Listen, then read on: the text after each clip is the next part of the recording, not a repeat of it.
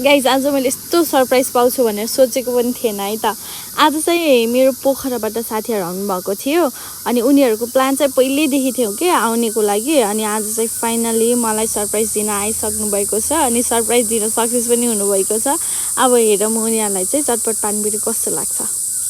ल गाइज कस्तो छ यहाँ? दामी छ मिठो छ फिङ्गरलेसियस बेला ल भन खाएर भन।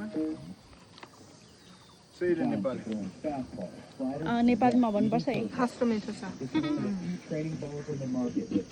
ओ तिम्रो त बालले पनि खाएछ है? बालले तिम्रै ल ठिक छ।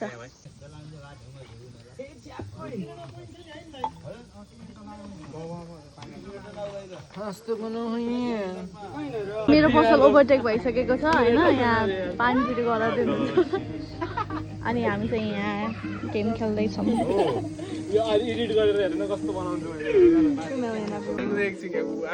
दाइ कैसा है दाइ भैया?